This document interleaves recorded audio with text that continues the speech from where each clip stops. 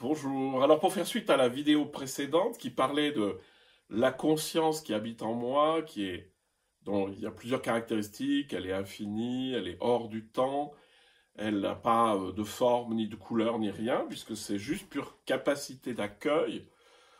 Une petite remarque, je vous l'ai déjà dit, mais c'est tellement central, c'est que en tant qu'être humain, et sans doute tout être vivant ou même pas d'ailleurs, a cette capacité de conscience en lui, puisque beaucoup d'auteurs ont compris que cette conscience, finalement, c'était ce qui était la source de ce qui existe. Et le rapport entre ma conscience individuelle et la conscience infinie qui existe, c'est que moi, j'en ai une partie. Je participe à cette conscience infinie. Et donc, l'expérience que j'en ai par l'essence, elle est limitée.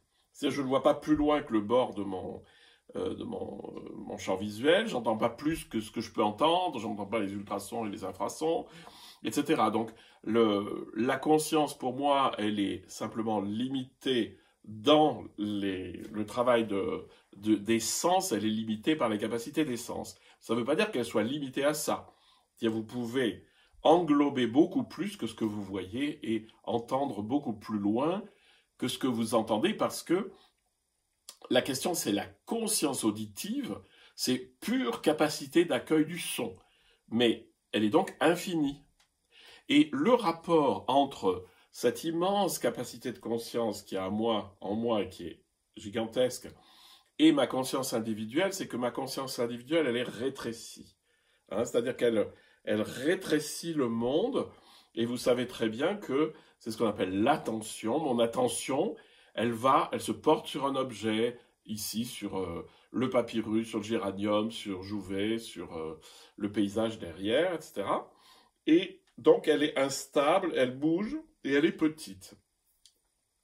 Eh bien, le travail spirituel consiste à élargir cet espace petit à petit et à finalement le faire coïncider avec la grande conscience. J'espère que ça vous parle parce que c'est tellement central. Alors, il y a des gens qui font cette expérience d'ouverture de la conscience de manière rapide. Enfin, ça leur tombe dessus, ils ne savent pas pourquoi. Mais tant mieux pour eux. Mais le chemin habituel, le chemin le plus courant, c'est une prise de conscience petit à petit de cet espace. Et c'est ce vers quoi tendent toutes les vidéos que je fais, c'est comment ouvrir en moi cet espace d'accueil du monde qui va me transformer. Et cette prise de conscience de la conscience immense, c'est ce qu'on appelle l'éveil, c'est ce qu'on appelle l'union à Dieu, c'est ce qu'on appelle le soi, la nature profonde, etc. Ne vous laissez pas piéger par les mots.